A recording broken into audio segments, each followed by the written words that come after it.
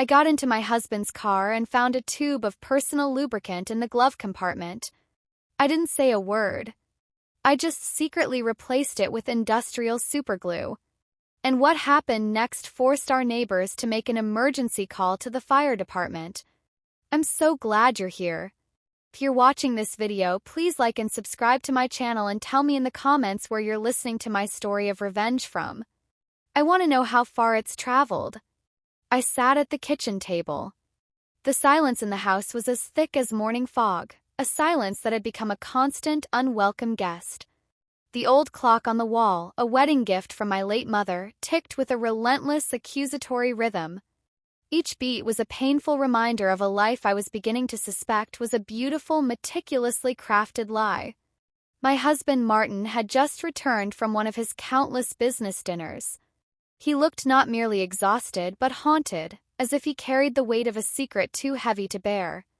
His face was a map of fatigue and guilt, lines etched around his eyes and mouth that had never been there before.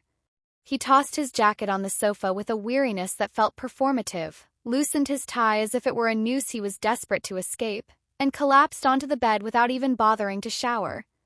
The faint scent of his expensive cologne hung in the air, but it was mixed with a new, alien fragrance, a sweet floral perfume that felt like an intrusion, a brazen confession from a life I didn't know he was living.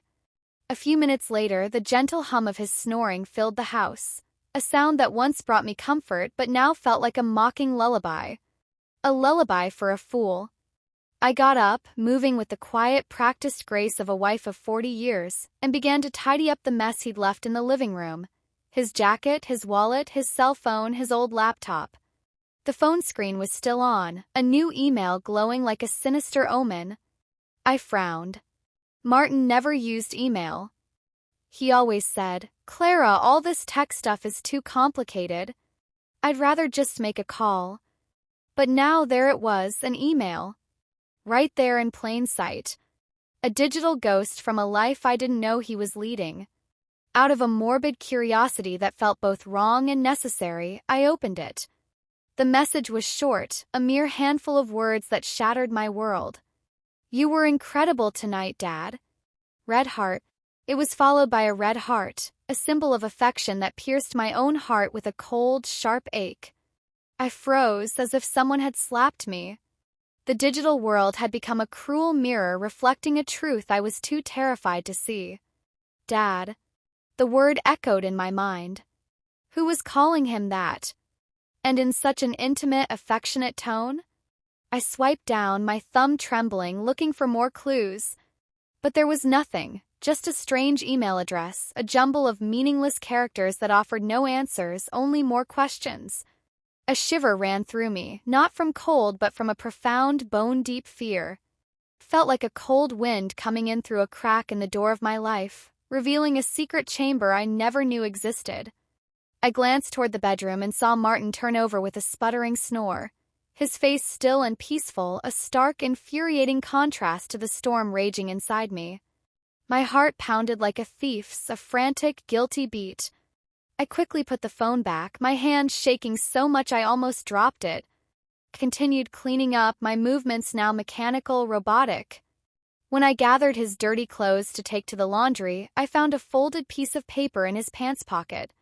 It was a receipt from a fancy steakhouse in Phoenix, dated that very night. I frowned. Phoenix? He had told me he was meeting his partners in Denver. A tiny, bitter laugh escaped my lips. Martin hated driving to Denver. Phoenix, on the other hand, was where his mother had lived before she passed away, a city filled with old memories he often spoke about fondly. But who had he had dinner with in Phoenix while lying to me about being in Denver? The receipt showed a party of two, a bottle of expensive Cabernet Sauvignon, the same wine he had bought me for our 10th anniversary, and main courses of filet and pasta. I tried to remember the last time Martin had taken me somewhere like that. Maybe 10 years ago when I opened my first bakery. The flickering candlelight, his proud smile, the way he toasted my success, a memory etched in my mind. Now that memory was a lie, a faded photograph in a scrapbook of deceit. I took out my phone and, with a silent, determined resolve, snapped pictures of the receipt and the email. I didn't want to believe it, but a woman's intuition, a wife of 40 years, is a deep, primal knowing. Something was going on, and I had to find out what it was. My hands were trembling, not just with anger, but with dread. I felt like I was standing on the edge of a cliff, about to witness the spectacular collapse of my entire life. I went to the garage. Martin's old SUV was still warm, the air thick with the smell of gasoline and that faint sweet perfume from his clothes. I opened the door, a small cold dread gripping my stomach. I turned on my flashlight and checked every corner of the driver's seat. Nothing unusual, just some loose change and an empty water bottle. But as I reached into the glove box, my fingers brushed against something plastic and slippery. I pulled it out, and my heart almost stopped. A tube of used personal lubricant with dried residue on the cap. A sticky, damning piece of evidence. I stood there in the dark garage, staring at it as if it were a physical embodiment of betrayal. Martin and I hadn't been intimate in years. He always said he was tired, that age had dulled his desire. So what was this lubricant for? Question echoed in my mind like a hammer blow. I kept a clear head. A survival instinct kicked in. I put it back exactly where I'd found it, wiped my hands with a napkin, scrubbing them raw, as if afraid the betrayal would leave a permanent mark on my skin. Under the back seat, I found crumpled napkins soaked in that same sweet perfume. Not a man's, not my familiar rose scent, but something bold and foreign. A loud, vulgar shout of infidelity in the quiet sanctuary of my garage. I took photos of everything, the lubricant, the napkins, as if I could capture the scent in an image. When I finally closed the car and went back inside, the weight of what I'd discovered pressed down on me heavier than any flour sack I'd ever lifted. I sat at the kitchen table again, trembling uncontrollably as I picked up Martin's phone. By this point, I was almost certain he was cheating on me. I checked Martin's messages, but there were only work chats, cold and dry like a desert landscape. His inbox was empty except for that one strange email. I checked the sent and draft folders. Nothing. Everything was too clean, too perfect, suspiciously so, as if he had erased every trace of his deception. A master of lies, I thought bitterly. My rage was now a cold, hard stone in my chest, and a new, more dangerous emotion began to stir within me. A desire for truth, a need to expose the lie no matter the cost. The next morning, just as the sun rose and soft light filtered through the curtains, I was already awake, a ghost in my own house. The image of the lubricant, the restaurant receipt, and that email wouldn't stop swirling in my head, a venomous carousel of doubt. I stood in the kitchen, my hands busy but my mind frantic. I made a simple breakfast, 2 fried eggs, some toast, and a cup of the strong black coffee Martin liked. He came down looking tired, his hair a mess, eyes still groggy. He sat at the table, grabbed his coffee, took a sip, and set it down half full. "I have an important meeting today," he said in that same husky, practiced voice, a line he'd used countless times before without looking me in the eye. "I'm sure I'll be home late." He was so good at this, the easy lies, the casual tone, it made my blood run cold. I nodded with a strained smile, though all I wanted to do was scream. Where? With whom? In Phoenix again? But I held back, my rage a silent fire, and simply said, "All right. Be careful." He got up, gave me a light pat on the shoulder, a gesture that felt more like an afterthought than affection, and left. The door closed, leaving me alone in the stillness of the kitchen, with a suspicion that had now grown into a monstrous certainty. I cleared the table and washed the dishes one by one, the rhythm of the task my only anchor in a storm of emotion. I couldn't just sit there inventing theories. I needed the truth, hard evidence. I picked up my phone and searched my contacts until I found Mrs. Lewis, a friend from years ago who had helped me when I opened my bakery. She had once told me about a private investigator she trusted. "Clara, if you ever need it, I know a man named Ethan. He's discreet, reliable, and good at what he does." At the time, I had laughed and said, "Oh, I hope I'll never need someone like that." Now I had no choice. I called Mrs. Lewis, my voice trembling with each ring. "Hello, Clara," she said warmly. "It's been so long. How are you?" I hesitated. Not well, Anne. I need that investigator's number. The one you told me about. Ethan, was it? There was silence on the other end. Pause that spoke volumes. Then she asked quietly, Clara, what's happened? Did Martin do something? I swallowed hard, my pride bruised and raw. I just need to know the truth. Please, can you help me? And Lewis, a woman of few words but sharp intuition, didn't press further. I'll text you his number right now. An hour later, I received a message from Ethan Carter, the investigator. Mrs. Harris, please don't worry. I'll help you. Can we meet today at noon at the Maple Cafe downtown? His message was short, but it gave me a small spark of relief, a lifeline in a sea of deceit. At noon, I went to Maple Cafe, a tiny place with worn wooden tables and the aroma of roasted coffee filling the air, a scent that usually comforted me but now felt hollow. I chose a secluded corner, my heart thudding as I waited. Ethan walked in, a middle-aged man, short and stocky, wearing a light blue shirt and calm eyes that seemed to read everything. Mrs. Harris? He asked politely. Yes, I replied, sliding a small flash drive across the table.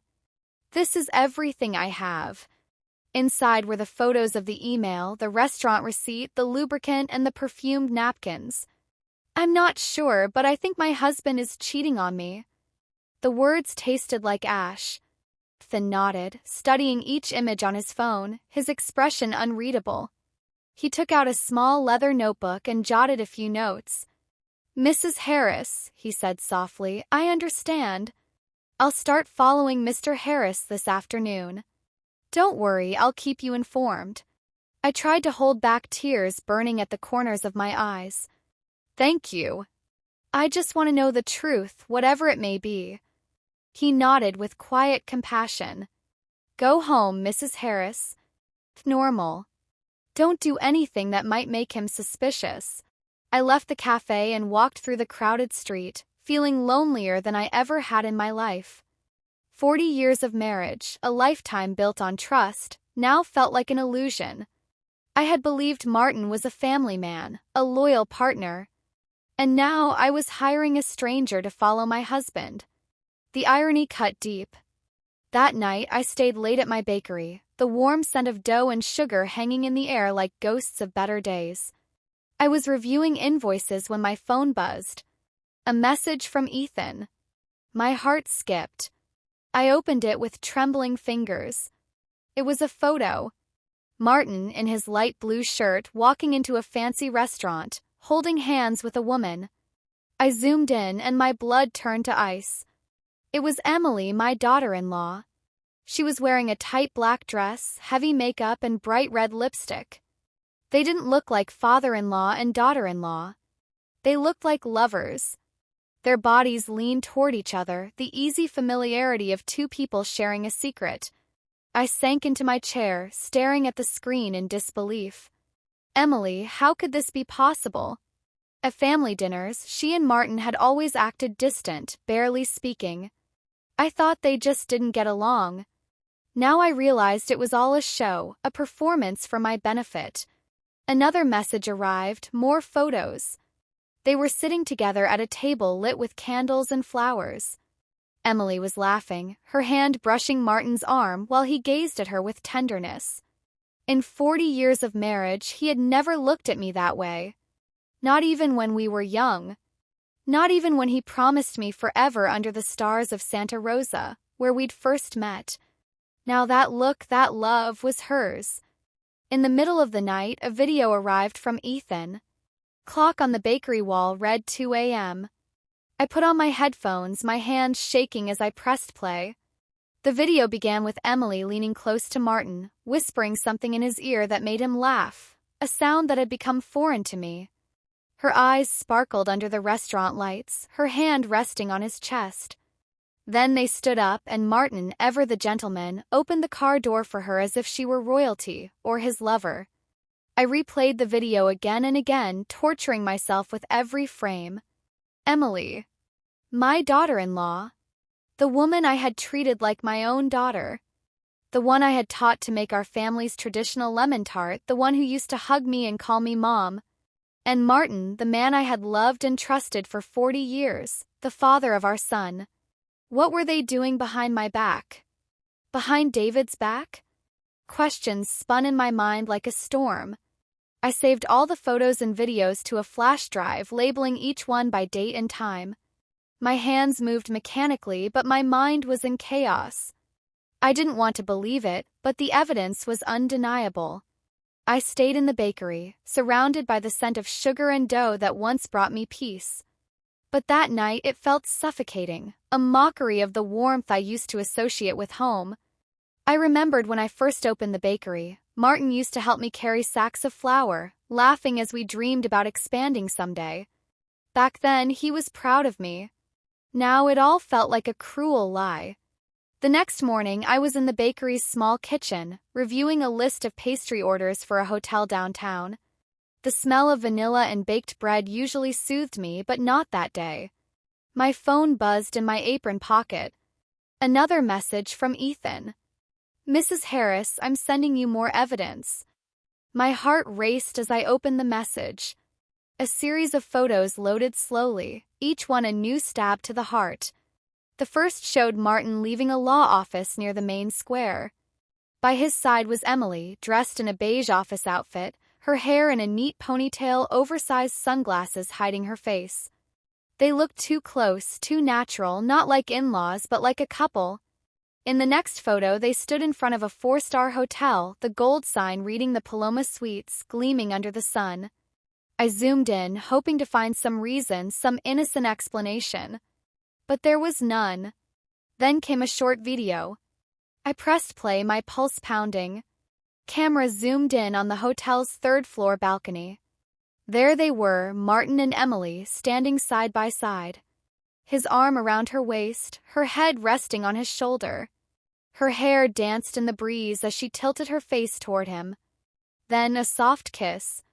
It was quick, but enough to destroy the last piece of hope I'd been clinging to. I replayed it frame by frame, unable to look away. Each image felt like another cut, another piece of me torn apart. Ethan's message followed soon after. They rented the room for the afternoon. Looks like they're staying the night. I'll keep watching. I read it over and over, feeling my throat tighten until I could barely breathe. Just a few hours earlier, Martin had texted me. "Clara, I won't be home tonight. Meeting a business partner from out of town. Get some rest." The tone had been sweet, warm even, just like always. But now I knew the truth. He wasn't with a partner from out of town. He was with our daughter-in-law in a hotel room. I copied every file to my external hard drive, double-checking each one, making sure none were corrupted, as if preserving my pain would somehow make it make sense. In the video, the tenderness in his eyes, the way he brushed Emily's hair, it reminded me of how he used to touch mine decades ago when we were young in Santa Rosa, when love still felt eternal. Now it was all ashes. I remembered family dinners, everyone gathered around the table, laughing, chatting. Emily always sat far from Martin, pretending to barely tolerate him. Once David had even joked, "Mom, I think Emily can't stand Dad. She avoids him like the plague." I laughed back then. I believed it. I thought she just found him annoying. Now I knew it had all been an act. They'd fooled us all, me, David, our neighbors. That night, when I got home, I opened the dresser drawer in our bedroom. From beneath a stack of old photos, I pulled out a thick envelope. I printed everything, the photos of them leaving the law office, entering the hotel, embracing on the balcony.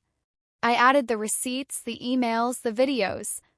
I sealed it and placed it under the drawer, beneath old family albums. Then I looked at one of the photos, from David's birthday years ago. Emily had been hugging him tightly, smiling, while Martin stood beside me with his arm around my shoulder. We looked like the perfect family. Now that picture made me sick.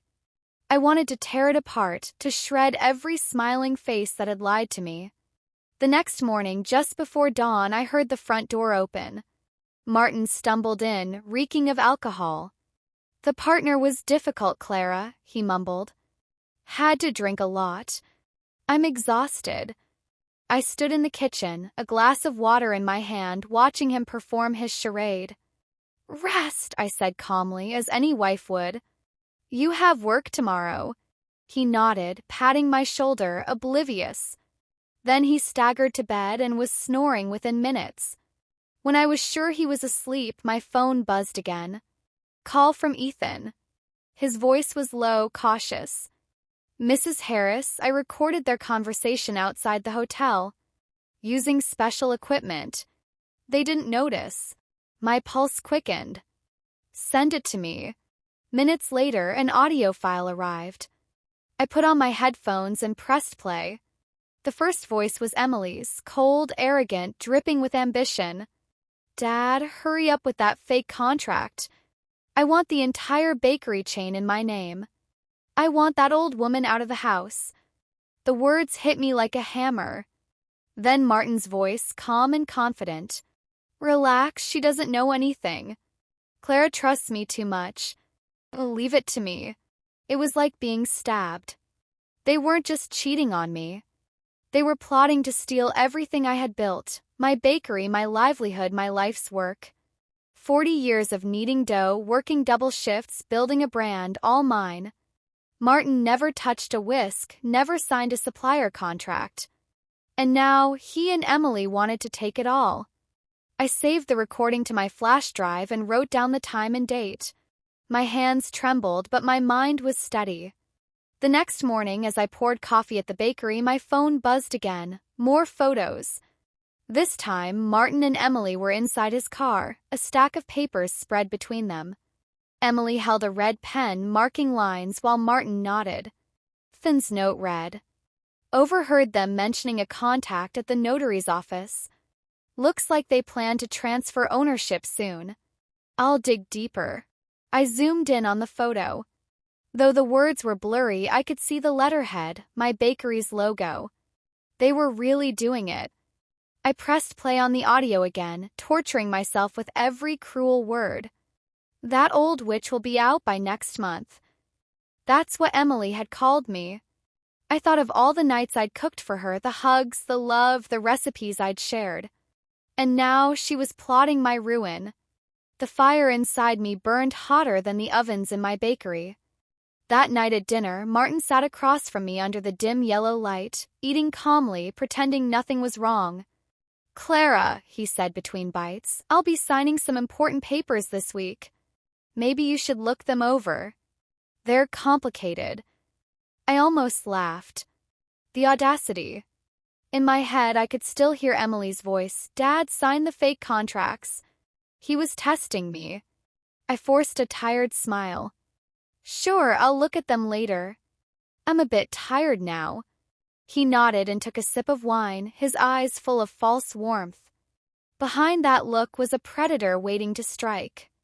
After dinner, he drank more wine and stumbled toward the bedroom, leaving his car keys on the nightstand. They glinted under the lamplight, an invitation to my revenge. I stared at those keys gleaming under the soft light, my pulse quickening. This was my moment. The line between restraint and revenge had blurred. I walked into the bedroom silently, each step measured, cautious, like walking on glass. The soft snore of Martin filled the room. I reached for the keys, cool metal against my palm, and clenched them tight. Then I went straight to the garage. The night outside was eerily still. No wind, just the hum of distant traffic and the rhythmic chirping of crickets. It was as if the world was holding its breath. The flashlight from my phone illuminated Martin's old SUV, sitting there in silence, the silent accomplice of his betrayal. I opened the door. The familiar smell of gasoline mixed with that same sweet perfume again, Emily's scent. The proof of their sin hung in the air. I turned on the light inside the car and opened the glove compartment. And there it was, the same tube of lubricant, the cap loose, residue dried around the rim like an ugly reminder. My breath hitched. I picked it up carefully, holding it as though it were a living thing, a physical manifestation of deceit. So they were still using it, still playing their twisted little game. I took the tube back into the kitchen, placed it on the counter, and washed my hands thoroughly with lemon soap. The sharp, clean scent filled the air, but it did nothing to cleanse what I felt inside. Then I opened the tool drawer and pulled out a small tube of industrial-grade superglue, the kind I'd used once to fix a broken stool at the bakery. A tool meant for repair, now to be repurposed for retribution. I carefully unscrewed the lubricant's cap and began filling the tube with glue, drop by drop, slow and deliberate. My hands were steady, my mind sharper than it had been in months. When it was full, I wiped the nozzle, shook it gently, and tested a tiny bit. Came out smooth, glossy, just like before. No one would ever notice the difference.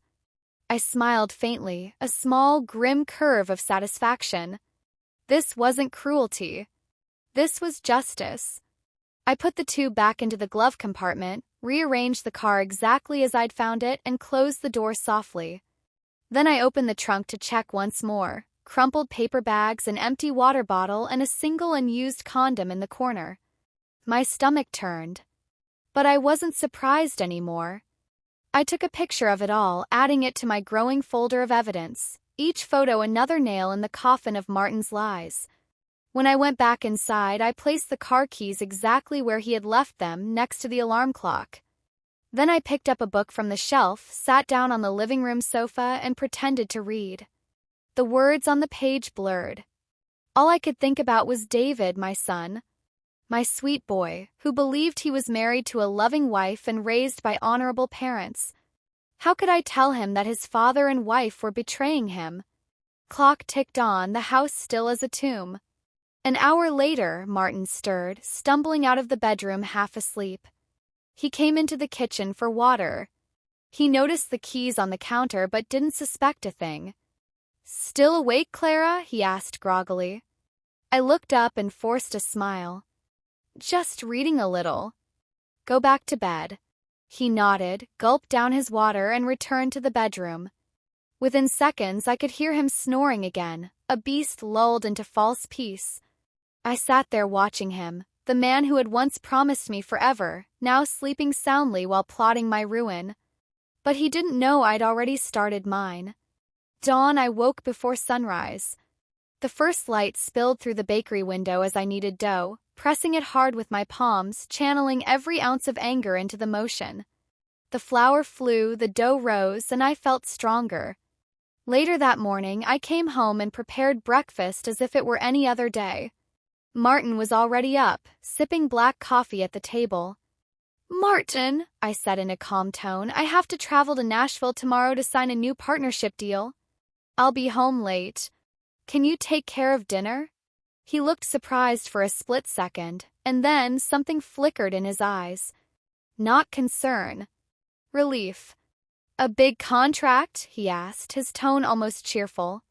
"That's great. Don't worry about a thing, I'll handle it." I smiled faintly. "Thanks. I'll call if I get back late." He nodded, took another sip, and stood to leave.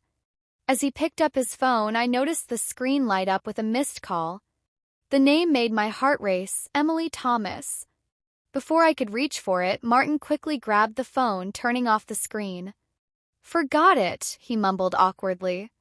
Then he kissed my forehead, feigning affection, and left. The door closed, and I stood there, my pulse thudding in my ears. He wasn't even hiding it anymore. That day, I worked mechanically, taking orders, delivering pastries, smiling at customers, all while planning my next move. That night, I pretended to be exhausted. I went to bed early, lying still until Martin joined me. "I need to wake up early tomorrow to catch the bus," I murmured. He patted my shoulder lightly. "Rest, Clara. Be careful on your trip." I closed my eyes but didn't sleep. A little past midnight, his snoring stopped. I heard him slip out of bed.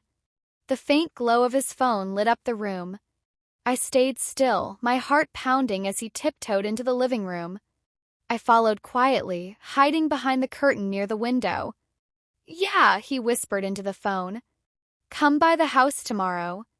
We won't need the hotel. Clara's leaving town, she'll be gone all day." A soft giggle came from the other end. Emily's voice. Finally, Dad. We can relax for once. Martin chuckled. I'll be waiting. I felt my blood boil. They weren't just cheating anymore, they were planning to use my home as their meeting place. I went back to the bedroom silently and opened David's old drawer. Inside was a small digital recorder, one I had bought him years ago for college lectures. I checked the battery, replaced it with a fresh one, and set it to continuous record mode. Then I hid it behind the bookshelf near the bed, concealing the wire with a family photo frame, a picture from David and Emily's wedding. Their smiles. Martin's proud face. Mine unaware. All lies. Before going back to bed, I double-checked the recorder.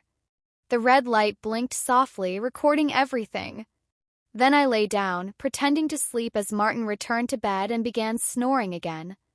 But I was wide awake, sharper than ever. 5 a.m. I got up quietly.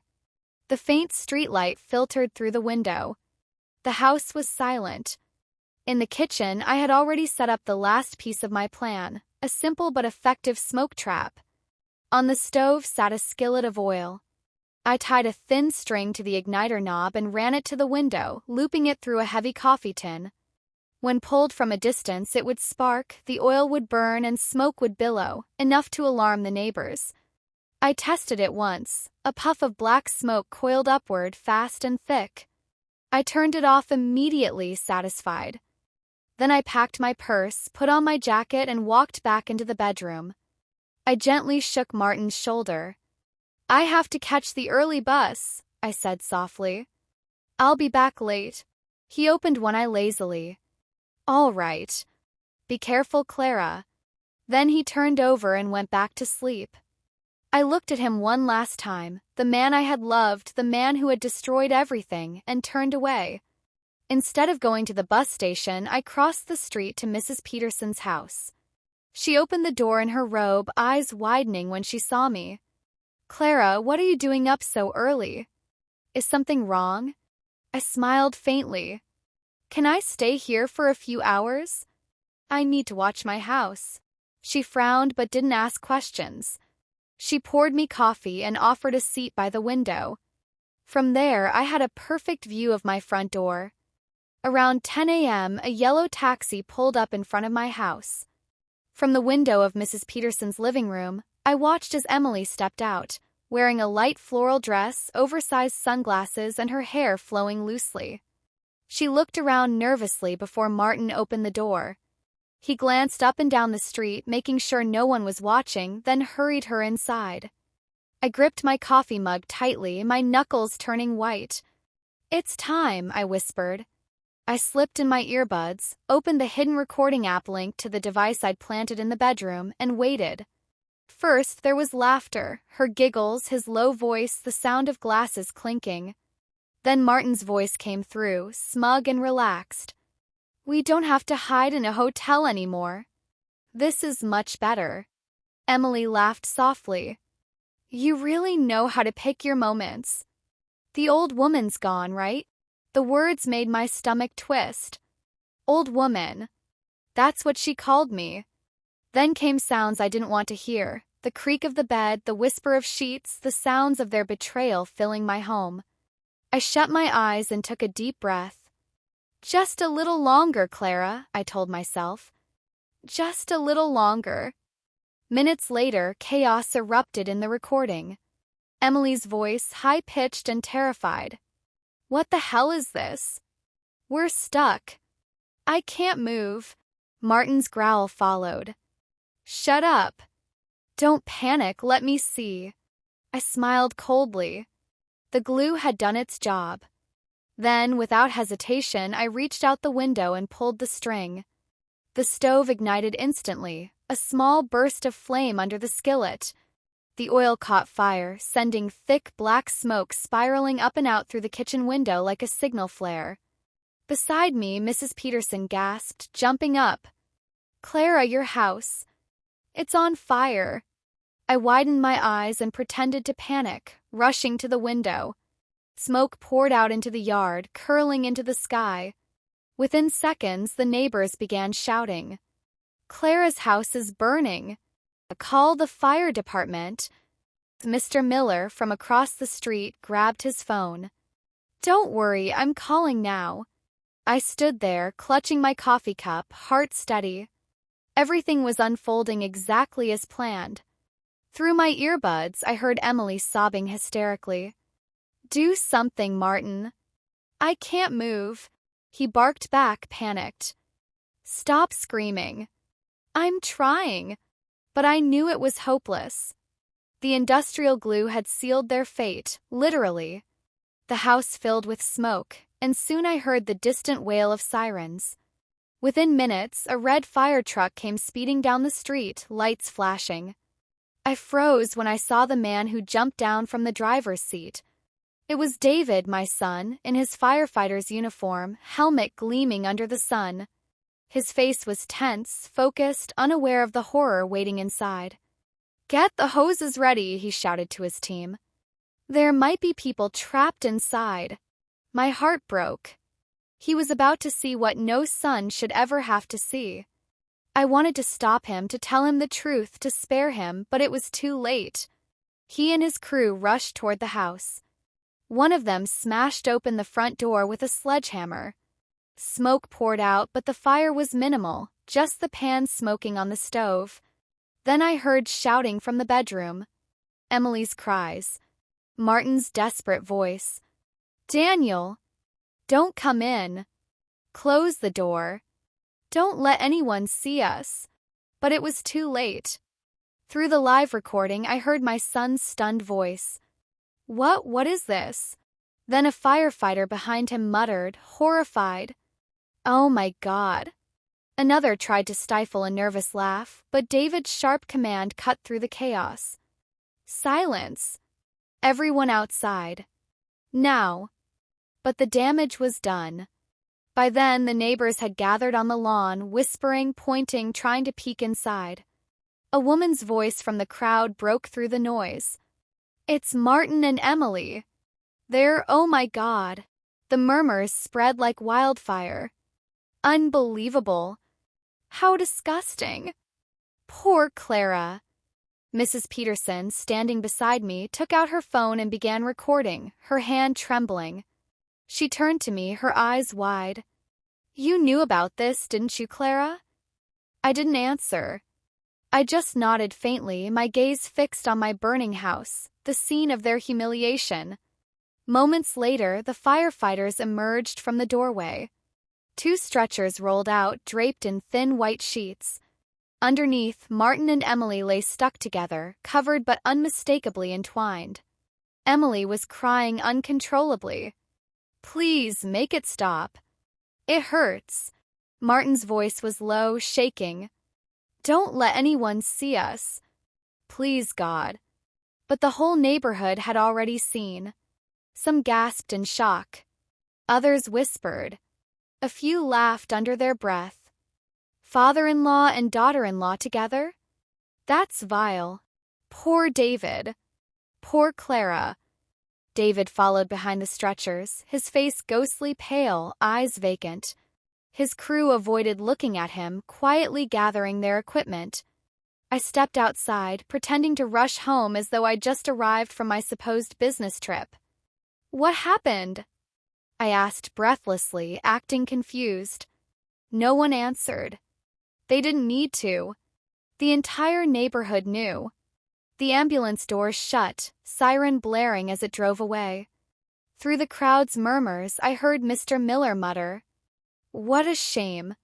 40 years of marriage, and this is how it ends." The woman beside him whispered, "She's better off without him." I watched as the ambulance disappeared down the street, my son standing frozen in the yard. His eyes were empty, not from shock alone, but from the pain of betrayal. 2 people he loved most in the world had destroyed his family in one morning. I wanted to hug him, to tell him I was sorry he had to witness it, but I couldn't. Not yet. This was their consequence, not mine. Hours later, Mrs. Peterson drove me to the hospital. We sat quietly in the waiting area, pretending to be concerned family. Through what felt like an eternity, a doctor appeared, sweat glistening on his brow. Mrs. Harris, he said gently, we managed to separate them. No major injuries, just skin irritation. They'll recover. I nodded slowly, forcing a trembling smile.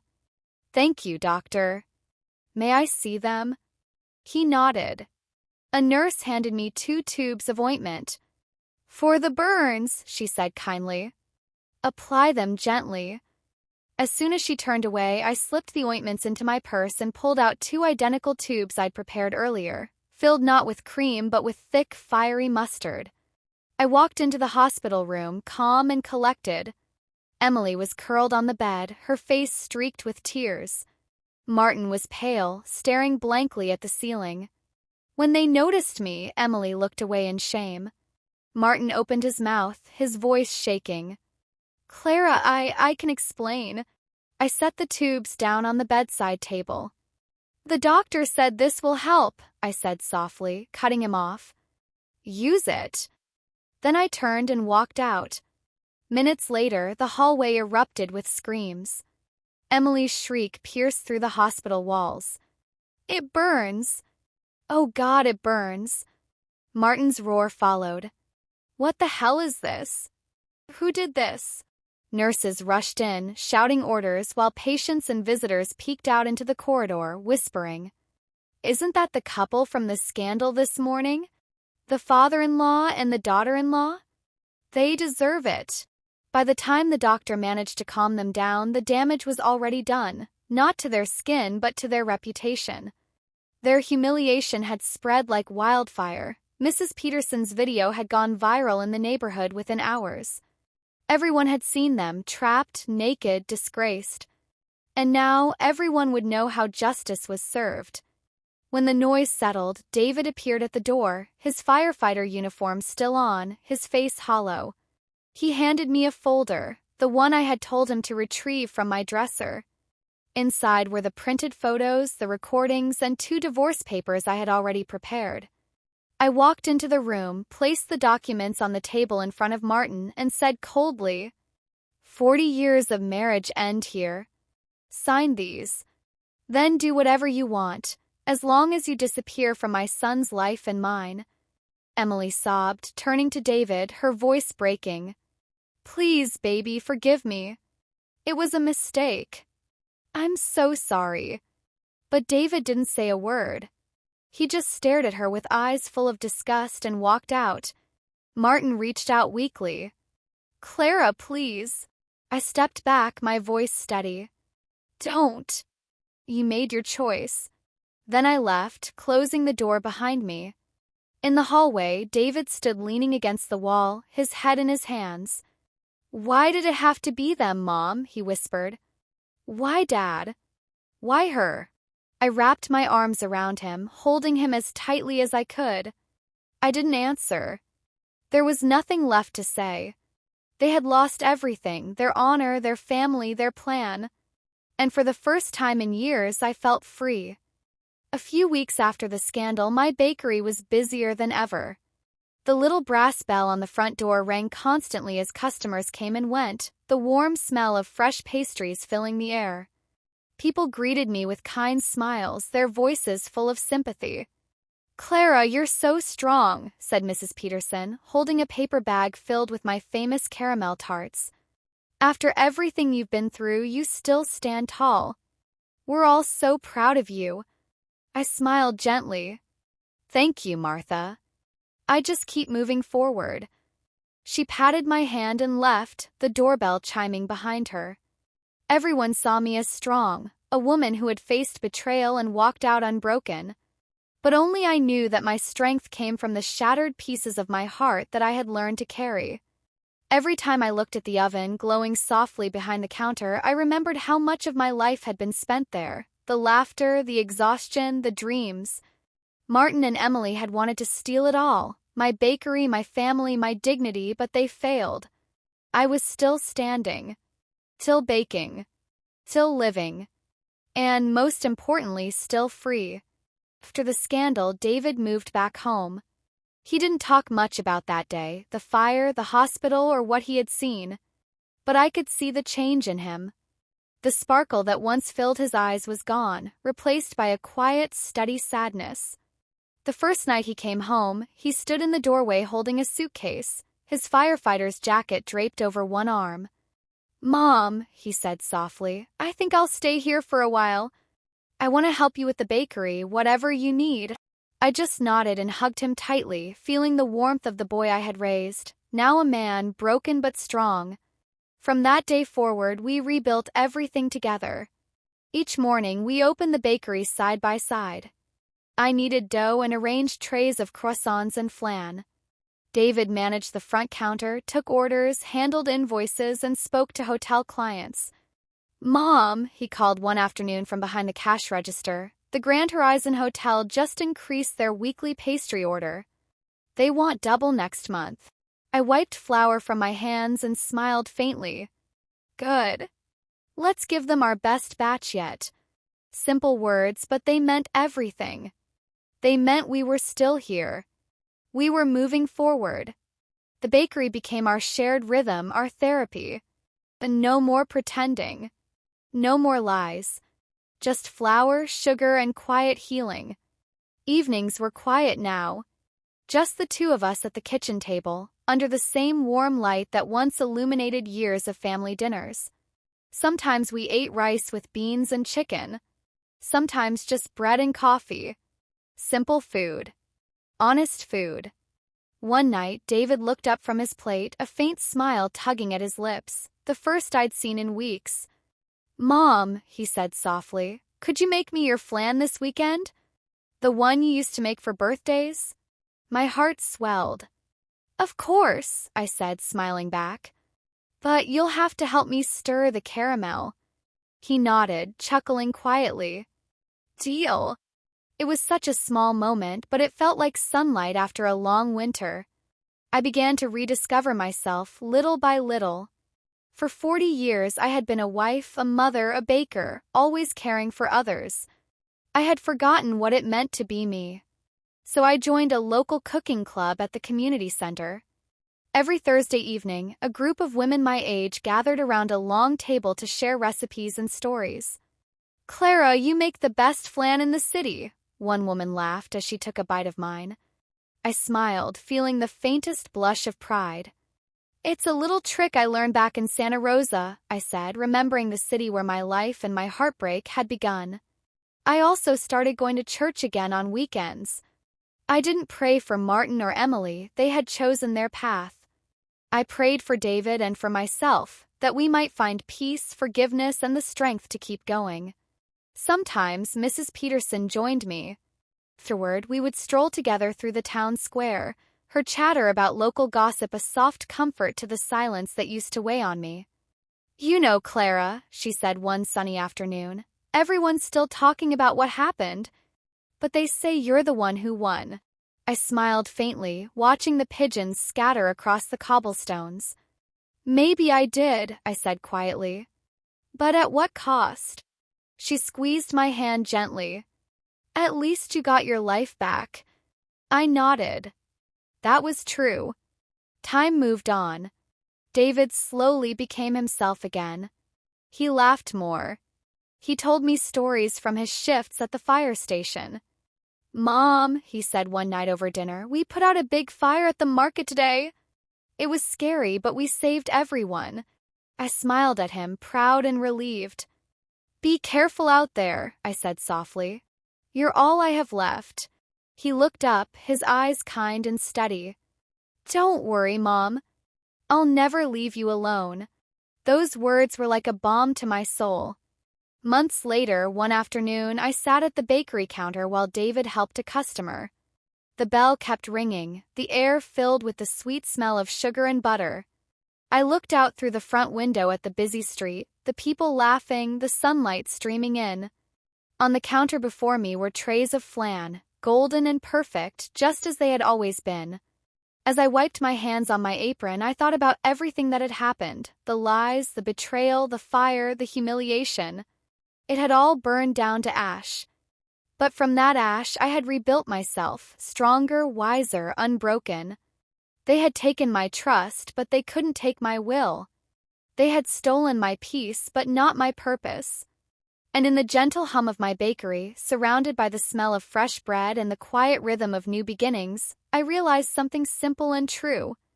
I hadn't just survived. I had risen. Did you like my story? And which city are you listening from? Let's meet in the comments. If you like the story, you can support me by sending a super thanks, so I can keep bringing more stories like this. Thank you so much for your sweet support.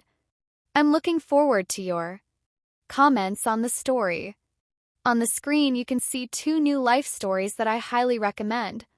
There's so much more on my channel. Don't forget to subscribe. See you in the next life story. With love and respect.